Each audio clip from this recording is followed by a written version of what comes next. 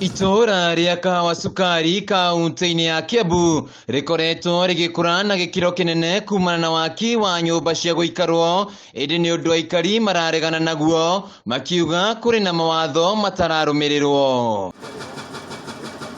Matongoretio ni muikariri wao Simon Mwaniki maugite ituura riri riagire gwakwo nyumba cia guikarwo indi ti ngoroba cia gukomborithio. Mutaratara uyu ni ati nyumba iri cia kaguku ciagirwo ko hold one family, not family nyingi.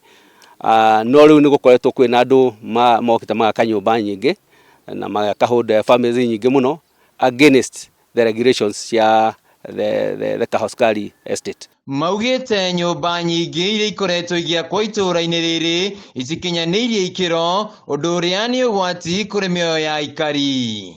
Na tutireciria ona the proper consultants kana professionals twana gutire kibao gya kuga niki kirakwo haria ithu no nyumba tuonaga gyakwo utuko na muthenya na tweta kanjo magoka makamaka ati ni marugamia the developer agacoka agatharia kiria kiu na akandikirwo marua, he ignores all that. Riu nimoritie thirikari ya kaunti ya Kiambu kuingirira ndeto ino kuona thirikari irari kuo ndirathurimaga waaki wa nyumba ici. We've raised concerns with a number of developments which are against and no action has been taken.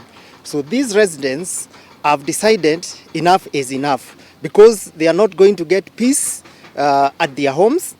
They are worried about security because when you have more than 4 people coming out of one